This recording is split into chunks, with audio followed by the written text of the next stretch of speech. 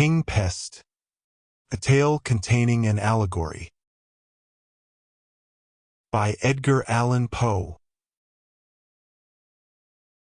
About 12 o'clock, one night in the month of October, and during the chivalrous reign of the third Edward, two seamen belonging to the crew of the Free and Easy, a trading schooner plying between Sluis and the Thames, and then at anchor in that river, were much astonished to find themselves seated in the taproom of an alehouse in the parish of St. Andrews, London, which alehouse bore for sign the portraiture of a jolly tar. The room, although ill-contrived, smoke-blackened, low-pitched, and in every other respect agreeing with the general character of such places at the period, was, nevertheless, in the opinion of the grotesque groups scattered here and there within it, sufficiently well adapted to its purpose. Of these groups our two seamen formed, I think, the most interesting, if not the most conspicuous. The one who appeared to be the elder, and whom his companion addressed by the characteristic appellation of Legs, was at the same time much the taller of the two. He might have measured 6 feet and a half, and an habitual stoop in the shoulders seemed to have been the necessary consequence of an altitude so enormous. Superfluities in height were, however, more than accounted for by deficiencies in other respects.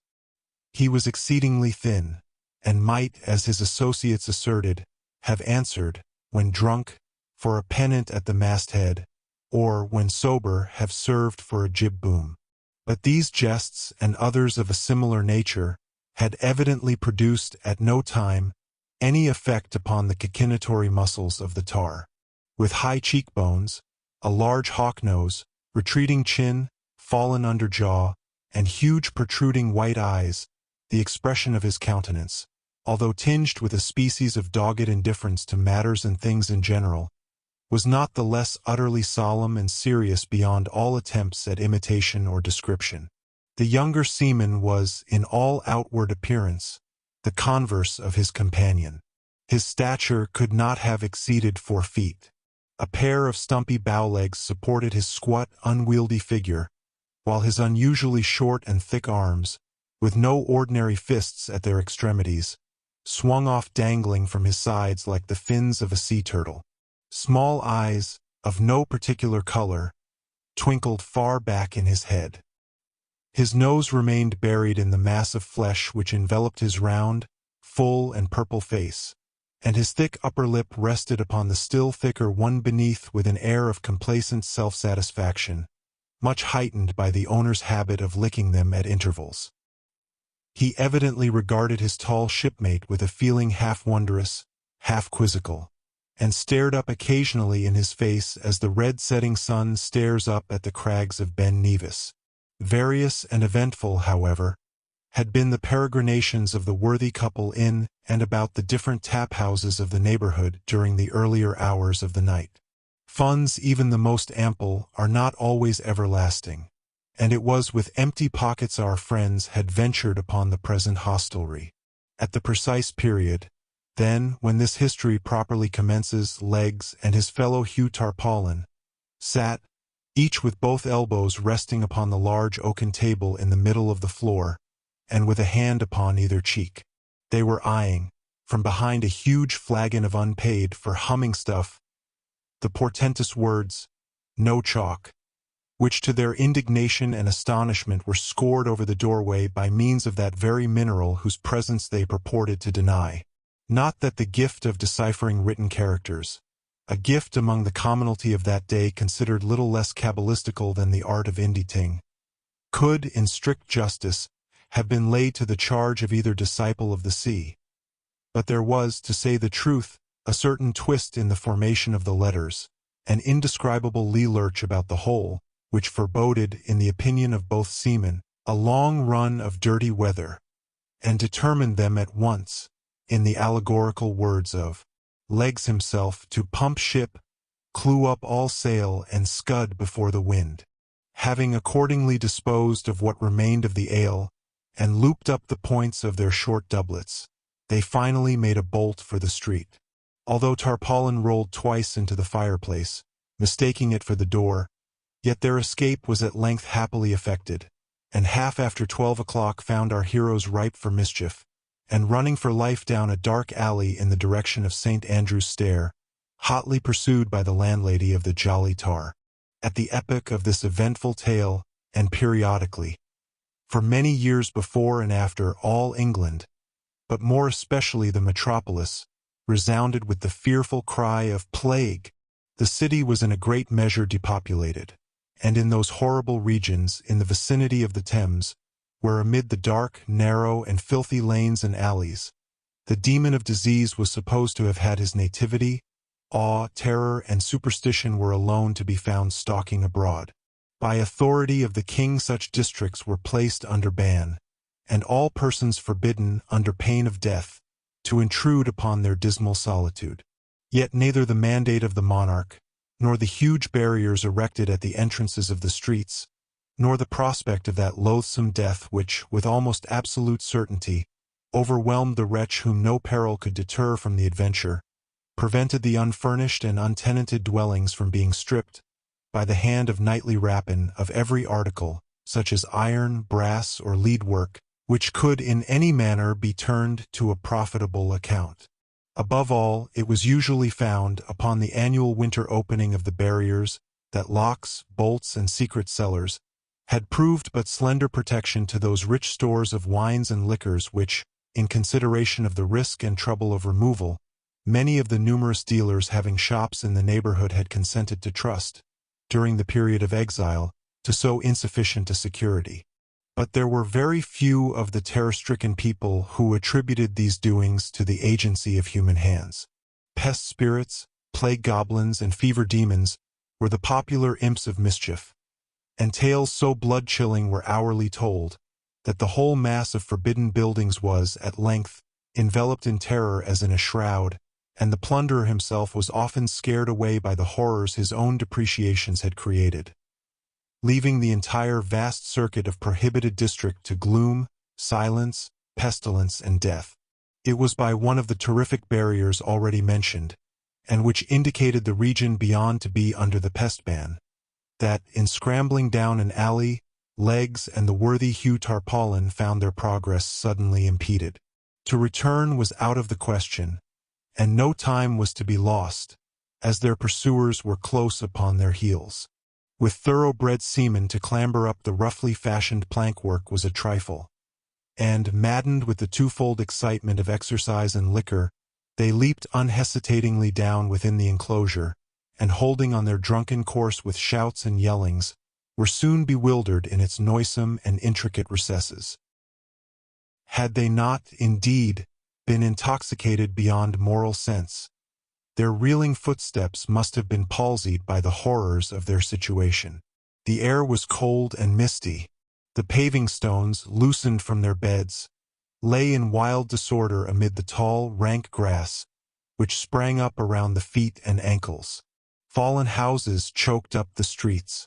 The most fetid and poisonous smells everywhere prevailed, and by the aid of that ghastly light which, even at midnight, never fails to emanate from a vapory and pestilential atmosphere, might be discerned lying in the bypaths and alleys, or rotting in the windowless habitations, the carcass of many a nocturnal plunderer arrested by the hand of the plague in the very perpetration of his robbery.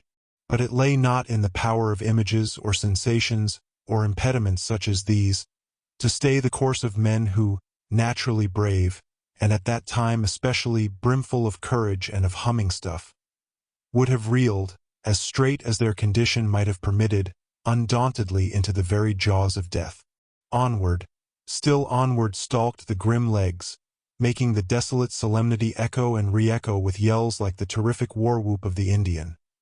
And onward, still onward rolled the dumpy tarpaulin, hanging on to the doublet of his more active companion, and far surpassing the latter's most strenuous exertions in the way of vocal music, by bull-roarings in basso, from the profundity of his stentorian lungs. They had now evidently reached the strong hold of the pestilence.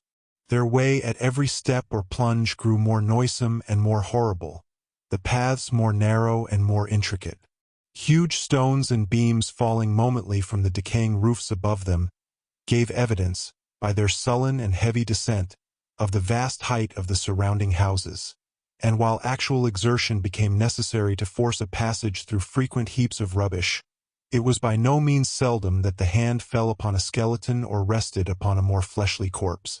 Suddenly, as the seaman stumbled against the entrance of a tall and ghastly-looking building, a yell more than usually shrill from the throat of the excited legs was replied to from within, in a rapid succession of wild, laughter-like, and fiendish shrieks.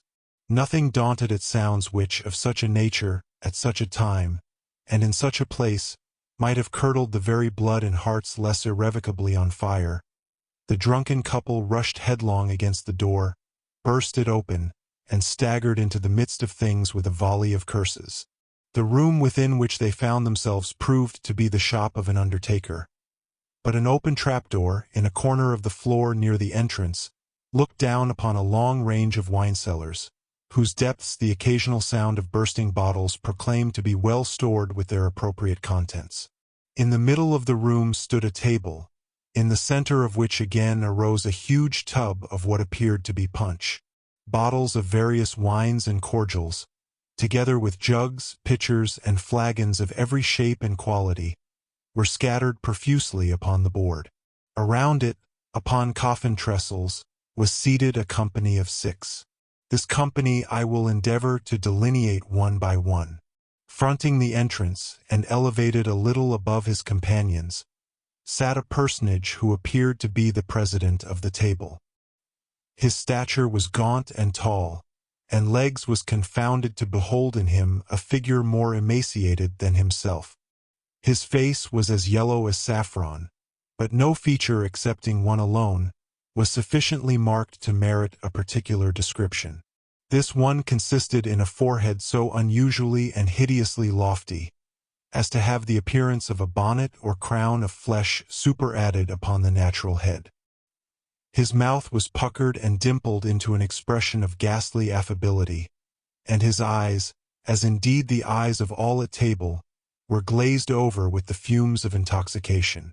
This gentleman was clothed from head to foot in a richly embroidered black silk velvet pall, wrapped negligently around his form after the fashion of a Spanish cloak.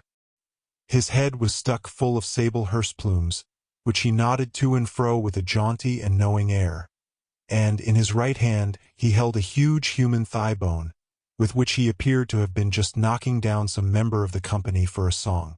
Opposite him, and with her back to the door, was a lady of no whit the less extraordinary character. Although quite as tall as the person just described, she had no right to complain of his unnatural emaciation. She was evidently in the last stage of a dropsy, and her figure resembled nearly that of the huge puncheon of October beer which stood, with the head driven in, close by her side, in a corner of the chamber. Her face was exceedingly round, red, and full, and the same peculiarity, or rather want of peculiarity, attached itself to her countenance, which I before mentioned in the case of the president. That is to say, only one feature of her face was sufficiently distinguished to need a separate characterization. Indeed, the acute tarpaulin immediately observed that the same remark might have applied to each individual person of the party, every one of whom seemed to possess a monopoly of some particular portion of physiognomy. With the lady in question, this portion proved to be the mouth. Commencing at the right ear, it swept with a terrific chasm to the left, the short pendants which she wore in either auricle continually bobbing into the aperture.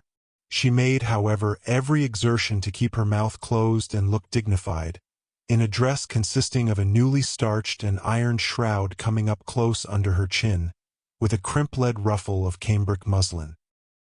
At her right hand sat a diminutive young lady whom she appeared to patronize. This delicate little creature, in the trembling of her wasted fingers, in the livid hue of her lips, and in the slight hectic spot which tinged her otherwise leaden complexion, gave evident indications of a galloping consumption. An air of extreme haute ton, however, pervaded her whole appearance. She wore in a graceful and degaged manner a large and beautiful winding sheet of the finest India lawn. Her hair hung in ringlets over her neck. A soft smile played about her mouth, but her nose, extremely long, thin, sinuous, flexible, and pimpled, hung down far below her under lip, and in spite of the delicate manner in which she now and then moved it to one side or the other with her tongue, gave to her countenance a somewhat equivocal expression. Over against her, and upon the left of the dropsical lady, was seated a little puffy, wheezing, and gouty old man, whose cheeks reposed upon the shoulders of their owner, like two huge bladders of Oporto wine. With his arms folded, and with one bandaged leg deposited upon the table, he seemed to think himself entitled to some consideration. He evidently prided himself much upon every inch of his personal appearance, but took more especial delight in calling attention to his gaudy-colored surtout.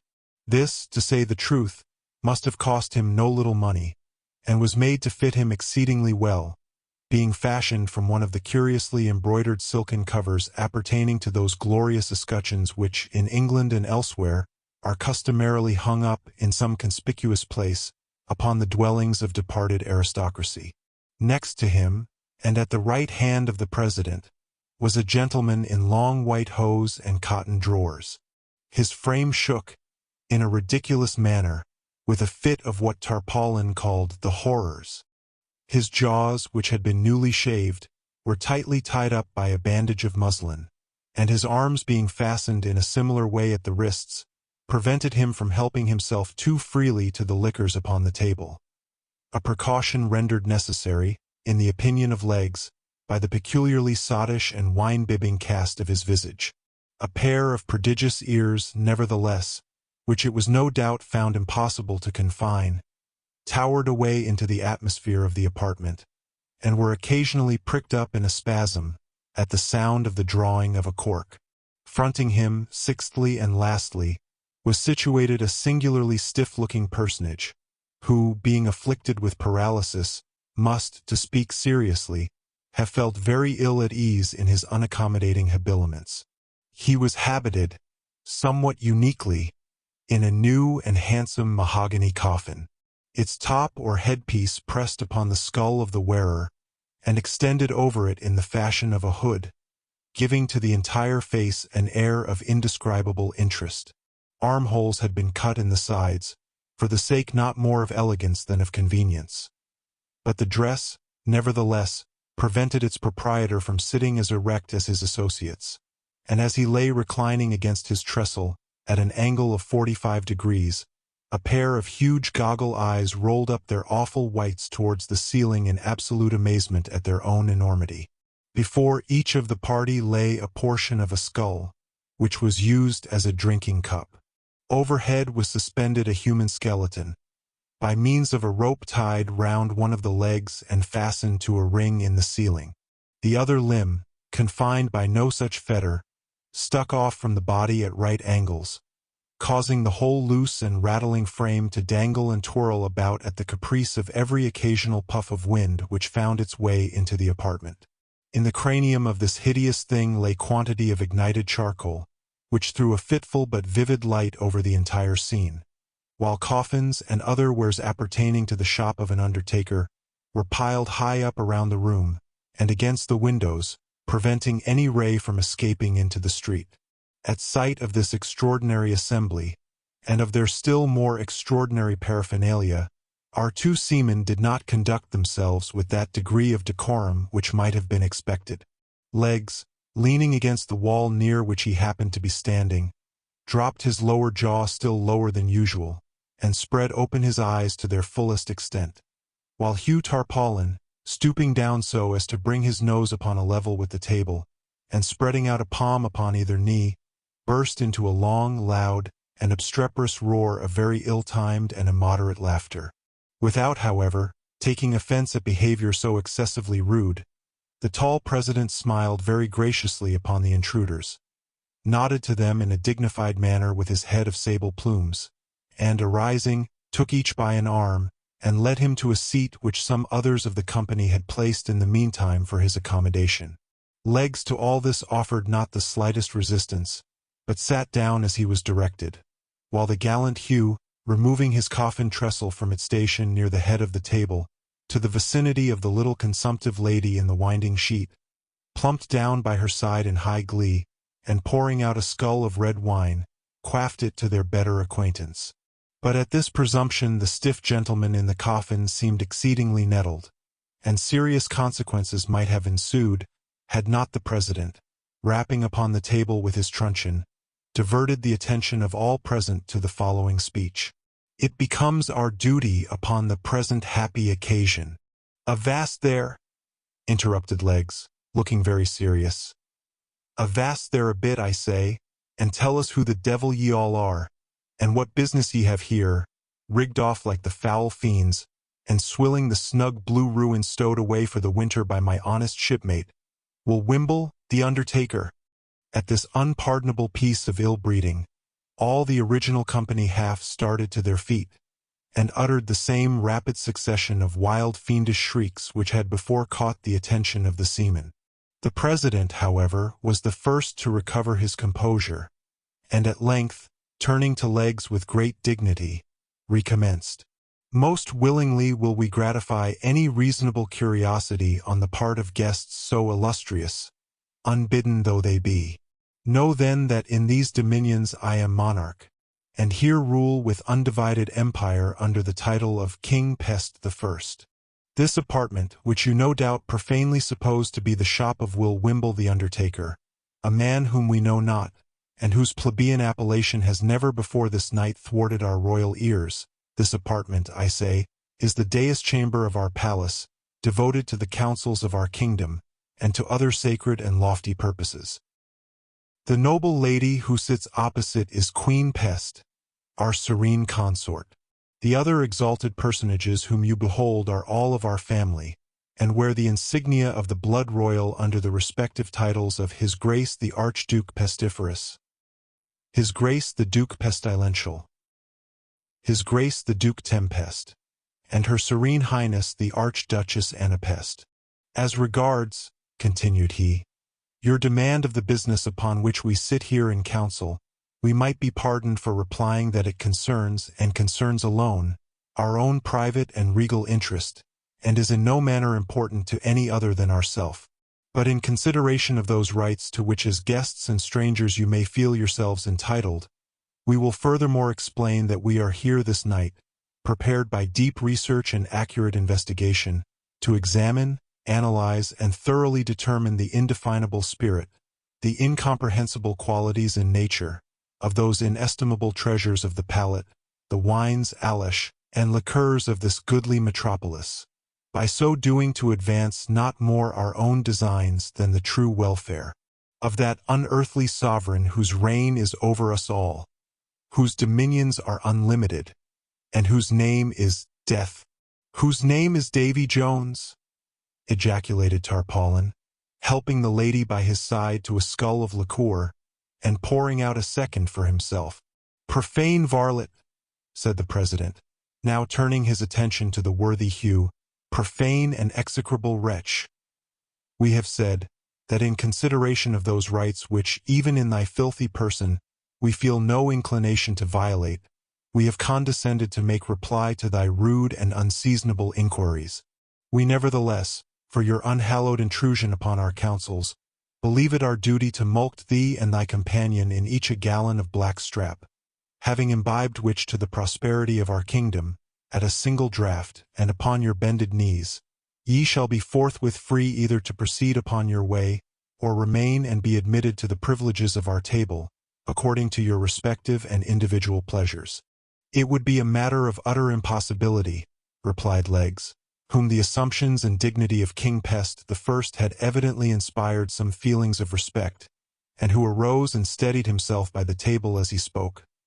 "It would, please your majesty, be a matter of utter impossibility to stow away in my hold even 1/4 part of the same liquor which your majesty has just mentioned, to say nothing of the stuffs placed on board in the forenoon by way of ballast, and not to mention the various alish and liqueurs shipped this evening at different seaports.